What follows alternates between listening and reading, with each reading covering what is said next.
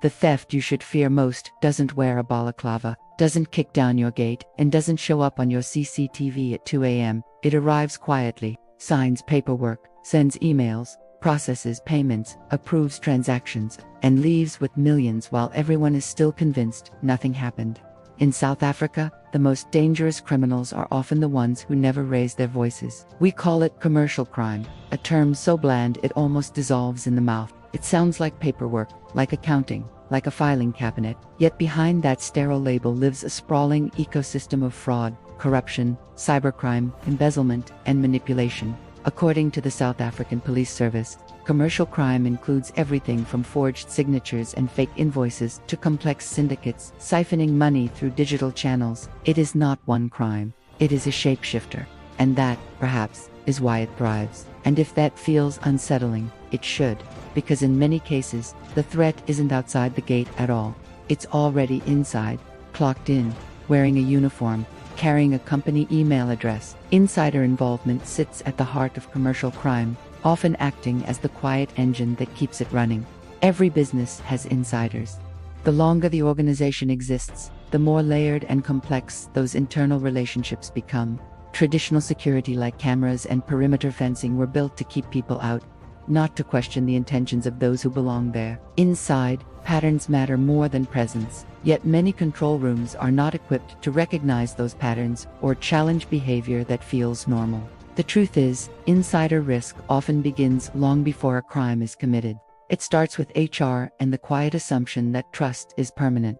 Some insiders are manipulated through social engineering, others are pressured, coerced, or threatened. And some simply decide to take more than they should. Information begins to leak, piece by piece, often without any awareness of laws, like the Protection of Personal Information Act. Step into a municipal office somewhere in South Africa. The paint is slightly faded, the air thick with routine. A contractor submits an invoice. It looks legitimate.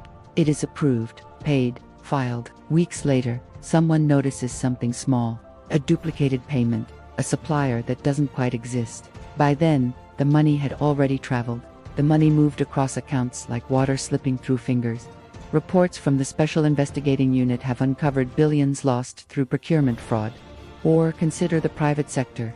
A senior employee, trusted for years, slowly begins redirecting funds, just enough to accumulate without triggering alarms. When the scheme is finally uncovered, the question echoes through boardrooms. How did no one see this? The answer: the system wasn't designed to. Commercial crime doesn't rely on force, it relies on assumption. The assumption that processes are being followed and systems are working. The Association of Certified Fraud Examiners warns that occupational fraud often continues for years before detection. It doesn't disrupt the system, it uses it. Think of VBS, Mutual Bank, or Steinhoff International. Financial manipulation at the highest levels wiped out enormous value and trust. These are not isolated incidents. They are simply the ones too large to stay hidden. Statistics South Africa indicates that fraud is one of the most common crimes, even if it lacks the emotional weight of violent crime. What makes commercial crime particularly dangerous is its invisibility. The Directorate for Priority Crime Investigation struggles to track such creativity. Commercial crime feeds on trust, like a quiet parasite. A phishing email works because it feels familiar. Technology moves, but criminals adapt faster. Most organizations are not failing because they lack security.